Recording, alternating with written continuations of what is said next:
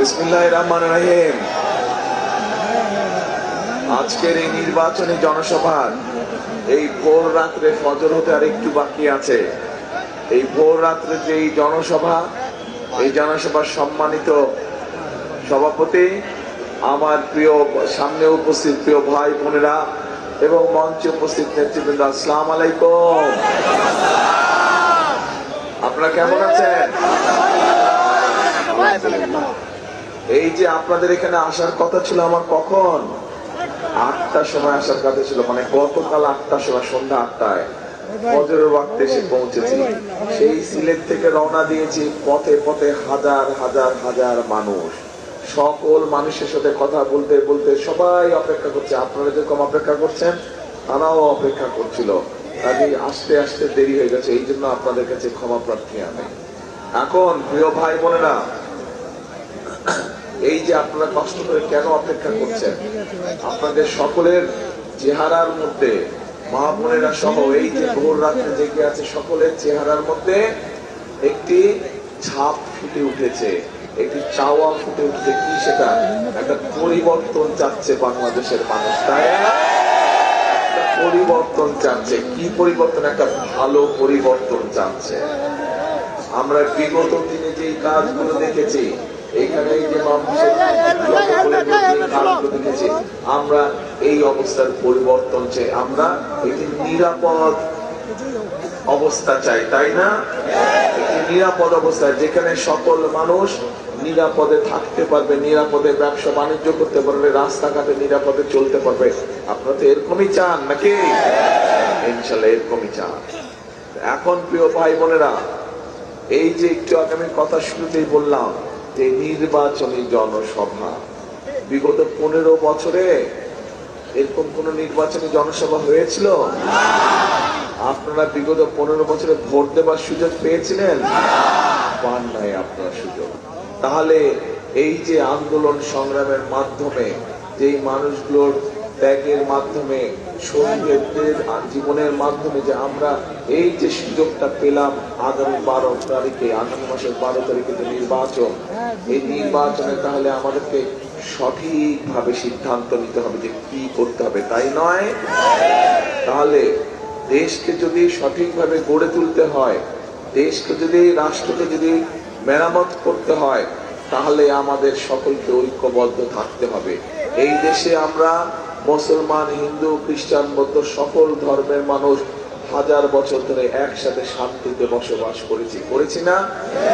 তাহলে এই সকল মানুষকে নিয়ে আগামী দিনেও আমরা শান্তিতে থাকতে চাই, শান্তিতে বসবাস করতে চাই। আমরা চাই এই দেশের বেকার যারা আছে, তরুণ সমাজের যারা সদস্য, যুব সমাজের যারা সদস্য, সকলের জন্য যাতে কর্মসংস্থানের ব্যবস্থা হয়। আপনারা চান? এই যে আমাদের মা বোনেরা এখানে উপস্থিত আছে, এরকম সারা বাংলাদেশে গ্রামে গঞ্জে হাজার হাজার লোক, কোটি কোটি মা বোনেরা আছে। তাদের মধ্যে যে সকল পরিবারগুলোর একটু অভাবী, সেই সকল পরিবারের মাদের কাছে আমরা সকলের কাছে কম বেশি দিব, কিন্তু আগে অভাবী পরিবারগুলোকে দিতে হবে। কি দিব? আমরা ফ্যামিলি কার্ড দিতে চাই। এই ফ্যামিলি কার্ডের মাধ্যমে আমরা সেই অভাবী পরিবারগুলোকে সহযোগিতা করতে চাই, যাতে তারা স্বাবলম্বী হতে পারে, নিজের পায়ে দাঁড়াতে পারে। আপনাদের কাছে কি এই পরিকল্পনাটা ভালো মনে হয়? আচ্ছা, ঠিক আছে। এরপরে দ্বিতীয় একটি পরিকল্পনার কথা বলি আমি। সেটি হচ্ছে, বাংলাদেশের সবচেয়ে বড় পেশা কোন পেশা বলেন তো? কৃষি। কৃষি হচ্ছে বাংলাদেশের প্রায় সব মানুষই কম বেশি কৃষির সাথে জড়িত, তাই না? ছোট হোক, বড় হোক, মাঝারি হোক, বিভিন্ন রকম কৃষক আছে। এই কৃষক ভাইদেরকে সহযোগিতা করার জন্য আমরা আরেকটা কৃষক কার্ড দিতে চাই, যেটার মাধ্যমে তারা সার পাবে, বীজ পাবে, কীটনাশক ওষুধ পাবে, ঋণ সুবিধা পাবে, বীমা সুবিধা পাবে। এই কথাটা, এই পরিকল্পনাটা কেমন? আচ্ছা, আসেন এবার। এরপরে কি বললাম? কৃষকদের কথা বললাম না, মা বোনদের কথা বললাম, বেকার যুবক, বেকার তরুণ যাচ্ছে, তাদেরকে ট্রেনিং দেওয়ার মাধ্যমে এই যে বিভিন্ন গার্মেন্ট শিল্প তৈরি হয়েছে, নতুন নতুন শিল্প করতে হবে। শুধু গার্মেন্ট শিল্প দিয়ে হবে? শুধু গার্মেন্ট শিল্প দিয়ে হবে? নতুন শিল্প করতে হবে যাতে আরো মানুষের কর্মসংস্থান হয়। এই দেশ থেকে লক্ষ লক্ষ মানুষ বছরে বিদেশ যায় না? আমরা চাই এরপরে যারা বিদেশে যাবে তাদেরকে ট্রেনিং দিয়ে আমরা পাঠাবো, যাতে তারা বেশি বেতনের চাকরি বাকরির ব্যবস্থা করতে পারে, অথবা নিজেদের দেশে যাতে তারা নিজেদের ব্যবসা খুলতে পারে, সেজন্য ট্রেনিং দিতে চাই। আমরা বিভিন্ন ব্যাপারে ট্রেনিং দিতে চাই যাতে মানুষ দক্ষ হিসাবে নিজেকে গড়ে তুলতে পারে। এই কথাটা কি পরিকল্পনা ভালো লেগেছে? এখন প্রিয় ভাই বোনেরা, যদি দেশের অবস্থান নিরাপদ করতে হয়, আপনার ভোটের অধিকারকে যদি প্রতিষ্ঠিত করতে হয়, আপনার কথা বলার অধিকারকে যদি প্রতিষ্ঠিত করতে হয়, মা বোনদেরকে যদি স্বাবলম্বী করে গড়ে তুলতে হয়, কৃষক ভাইদের পাশে যদি দাঁড়াতে হয়, এই সব কাজগুলো করতে হলে তরুণ যুবকদের কর্মসংস্থানের ব্যবস্থা করতে হয়, সেটা দেশি হোক বিদেশি হোক, এই কাজগুলো যদি করতে হয় তাহলে করা যাবে বাস্তবায়ন। কিন্তু তার আগে একটা কাজ করতে হবে। এই কাজগুলো আমরা করবো ইনশাল্লাহ। বিএনপি জয়যুক্ত হলে বিএনপি কাজগুলো করবে, কিন্তু আপনাদেরকে তো একটা কাজ করতে হবে তার আগে। কি কাজ বলেন তো? হ্যাঁ, শুনি না? ভোট দিতে হবে। কোথায় দিতে হবে? ভোট দিতে হবে। যদি ধানের শীষে ভোট দেন তাহলেই এই কাজগুলো করতে পারবো আমরা। খাল খনন করতে পারবো আমরা। খাল খনন কর্মসূচি জানেন আপনারা? কি খাল খনন কর্মসূচি জানেন? মুরব্বীরা জানেন, মুরব্বী এখানে যারা মুরব্বী আছে তারা জানেন। শহীদের সময় খাল খনন কর্মসূচি করা হয়েছিল। এখন অনেক জায়গায় দেখবেন একটু বর্ষার কাছে পানি দিয়ে পানি জলাবদ্ধতা হয়ে যায় না? তার উপরে আবার কৃষকরা সেচ সুবিধা পায় না, অনেক সময় হয়ে যায় না? আমরা খাল খনন কর্মসূচিও চালু করতে চাই। এখন আমি যদি জিজ্ঞেস করি আপনাদেরকে, যদি খাল খনন কর্মসূচি আমরা গ্রহণ করি তাহলে কি আপনারা মনে করেন কৃষকদের উপকার হবে? হবে? তাহলে কি সেটাও করবো আমরা? ঠিক আছে, করলাম তো, কিন্তু আপনারা কি করলেন?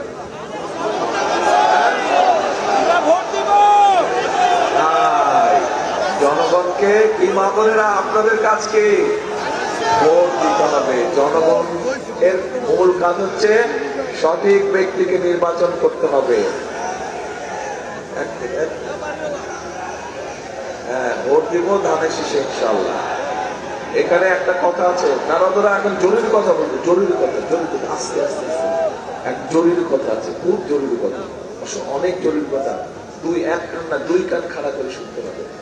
একটা জরুরি কথা বলবো, কিন্তু এই যে ভোট দিবেন 12 তারিখে, এর মধ্যেই তো একটা বাহিনী আছে, একটা গোষ্ঠী আছে, এদের লোকজন এসে নিরীহ মা বোনদের কাছ থেকে এনআইডি নাম্বার নিয়ে যাচ্ছে। খবর পাইছেন এটা? তারপরে আবার ফোন নাম্বার নিয়ে যাচ্ছে, কি বিকাশ নাম্বার নাকি এগুলা নিয়ে যাচ্ছে। খবর পাইছেন? আচ্ছা, তারপরে আবার আমাদের যে প্রবাসী ভাইরা আছে তাদের জন্য যে ব্যালট পেপার পাঠিয়েছে সেগুলো আবার তারা দখল করে নিছে। খবর পাইছেন? তাহলে এদের সাথে ওই গত 15 বছর যে নিশিরাতের নির্বাচন আর ভোট ডাকাতির নির্বাচন, তার পার্থক্য হলো কি এদের সাথে আর ওদের? কোনো পার্থক্য নাই। দুইজন একই গ্রুপের। একজন ষড়যন্ত্র করেছিলেন, একজন ষড়যন্ত্র করে আপনাদের ভোট নিতে চায়, আরেকজন তো ডাকাতি করে আপনাদের ভোট নিয়ে গিয়েছে। কাজেই এখন এই ষড়যন্ত্রকারীদের বিরুদ্ধে সজাগ থাকতে হবে। এই যে মা বোনদেরকে গিয়ে যে বিভ্রান্ত করছে, এর ব্যাপারে সজাগ থাকতে হবে। কি মা বোন না সজাগ তো? আচ্ছা, এইটা গেল 1 নম্বর। 2 নম্বর বিষয় হচ্ছে ভোটের দিন কখন যাবেন ভোট কেন্দ্রে? হ্যাঁ, ফজরের ওয়াক্তে? ফজরের ওয়াক্তে না, তাহাজ্জুদের ওয়াক্তে উঠতে হবে, তাহাজ্জুদ পড়তে হবে, তাহাজ্জুদের নামাজ পড়বেন, তারপরে ভোট যার যার ভোট কেন্দ্র থেকে রওনা দিবেন। ফজরের নামাজ জামাত করে ওই ভোট কেন্দ্রের সামনে পড়তে হবে। পারবেন? পারবেন নাকি? ভোট কেন্দ্রের সামনে ফজরের নামাজ জামাত করে কে কে পড়তে পারবেন? হাত তুলে তো ইনশাআল্লাহ সবাই। তারপরে ফজরের নামাজ পড়ে ভোট কেন্দ্রের সামনে লাইন দিয়ে সুন্দর করে দেওয়া যাবে যে ভোট কেন্দ্র খোলা মাত্র ধানের শীষে ভোট দিতে হবে। সবচেয়ে প্রথমে ধানের শীষে ভোট দিতে হবে। ঠিক আছে? তাহলে ওই যে খাল খননের কথা বললাম, ওই যে মা বোনদেরকে সহযোগিতা করার জন্য ফ্যামিলি কার্ডের কথা বললাম, ওই যে কৃষক ভাইদেরকে সহযোগিতা করার জন্য কৃষি কার্ডের কথা বললাম, তরুণ যুবক ভাই বোনদের কর্মসংস্থানের জন্য যে বিভিন্ন ট্রেনিং এর ব্যবস্থা করলাম, খাল খননের খাল খনন কর্মসূচির কথা যে বললাম, এই কাজগুলো যদি বাস্তবায়ন করতে হয় তাহলে ধানের শীষকে জিতাতে হবে। ধানের শীষ যদি জিতে ইনশাল্লাহ, ধানের শীষ আগামী দিনে সরকার গঠন করলে তাহলে এই জনগণের এই কাজগুলো করা সম্ভব হবে। তাহলে আবার জিজ্ঞেস করি, বুঝছেন কিনা আমি বুঝে নেই আগে। এই যে পরিকল্পনার আরো পরিকল্পনা আছে, এই অল্প কয়েকটা বললাম, এই পরিকল্পনাটা করলে কি আপনারা মনে করেন মানুষের উপকার হবে? উপকার হবে? তাহলে আসেন একটা স্লোগান দেই, করব কাজ করব দেশ, সবার আগে দেশ। কি করব কাজ করব দেশ, সবার আগে বাংলাদেশ। এই শেষ কথা, ইনশাল্লাহ 12 তারিখ দেখা হবে, ধানের শীষকে জয়যুক্ত করাবে। আল্লাহ হাফেজ, বাংলাদেশ জিন্দাবাদ।